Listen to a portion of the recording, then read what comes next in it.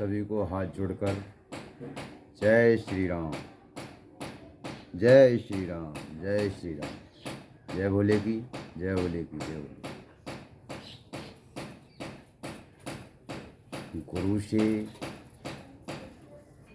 मंत्र लेने तथा जप के करने की विधि। 5 प्रकार के जप तथा उनकी महिमा। मंत्र गणना के लिए विभिन्न प्रकार की मालाओं का महत्व। उंगलियों तथा उंगलियों के उपयोग का वर्णन। जप के लिए उपयोगी स्थान, दिशा में वर्जनीय बातें, सदाचार का महत्व, अस्तिकता की प्रशंसा तथा पंचाक्षर मंत्र की विशेषता।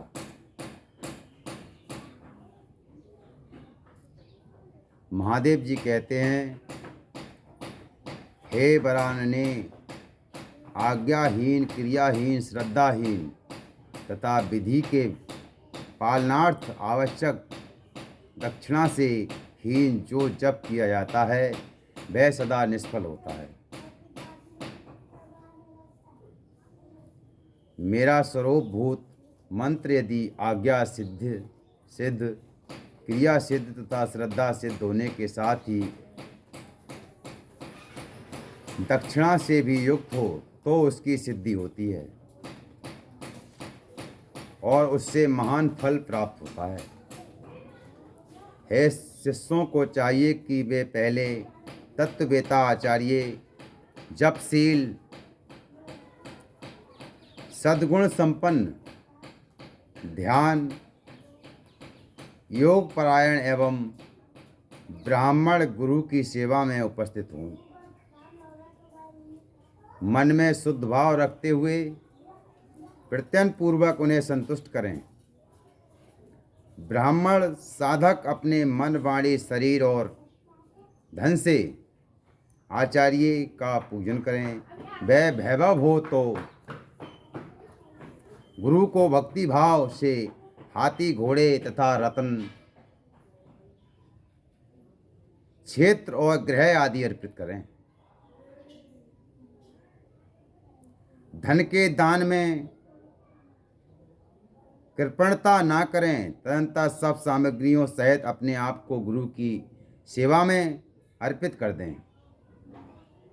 इस प्रकार यथाशक्ति निश्चल भाव से गुरु की विधिवत पूजा करके गुरु से मंत्र एवं ज्ञान का उपदेश क्रमशः ग्रहण करें। इस तरह संतुष्ट हुए गुरु अपने पूजक शिष्य को 1 वर्ष तक उनकी सेवा में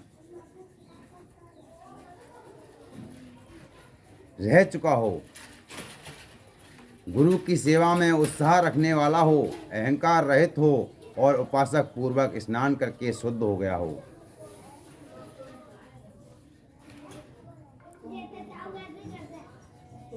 पवित्र द्रव्य युक्त मंत्र शुद्ध, पुनः विशेष शुद्धि के लिए पूर्ण कलश में रखे हुए पवित्र द्रव्य युक्त मंत्र शुद्ध जल से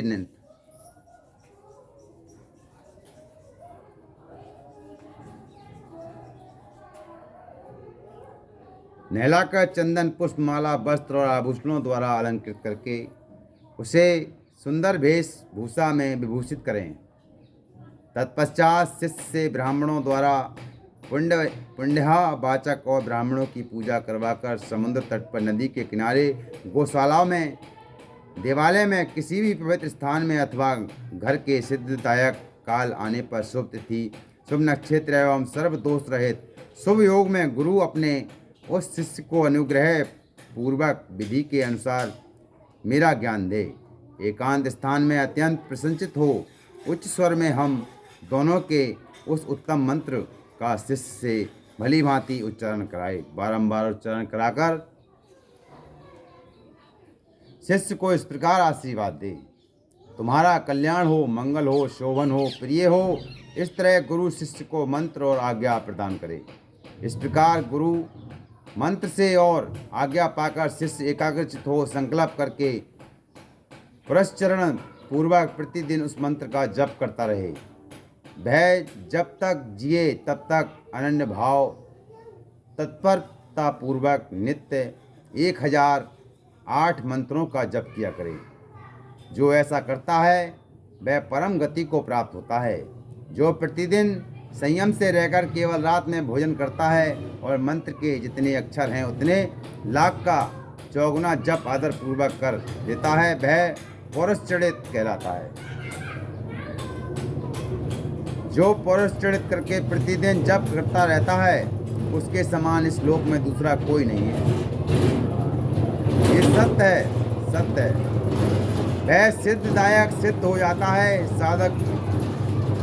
साधक को चाहिए कि वह शुद्ध देश में स्नान करके सुंदर आसन पर बैठकर अपने हृदय में तुम्हारे साथ मुझ शिव का और अपने गुरु का चिंतन करते हुए उत्तर या पूरब की ओर मुंह किए मौन भाव से बैठे, चित्त को एकाग्र करके तथा दहन पिलावन आदि के द्वारा पांचों तत्वों का शोधन करके मंत्र का न्यास आदि करें। इसके बाद सकलीकरण की क्रिया संपन्न करके प्राण और अपान नियमित करते हुए हम दोनों के स्वरूप का ध्यान करें और विद्या स्थान अपने रूप ऋषि छंद देवता बीज शक्ति तथा मंत्र के वाच्यार्थ रूप मुझ परमेश्वर का स्मरण करके पंचाक्षरी जप करे।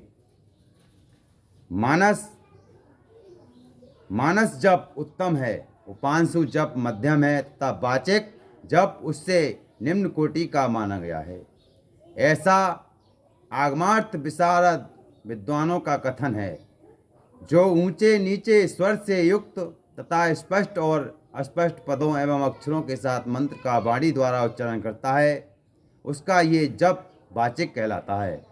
जिस जप में केवल जीहा मात्र हिलती है अथवा बहुत धीमे स्वर से अक्षरों का उच्चारण होता है तथा जो दूसरों के कान में पड़ने पर भी कुछ सुनाई नहीं देता, ऐसे जप को जो उपांशु कहते हैं। जिस जप में अक्षर षडक्ति का पद वर्ण से दूसरे वर्ण का एक पद से पद का तथा शब्द और अर्थ का मन के द्वारा बारंबार चिंतन मात्र होता है वह मानस जप कहलाता है।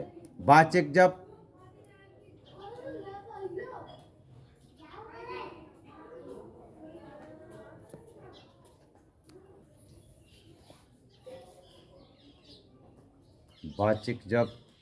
एक गुना ही फल देता है।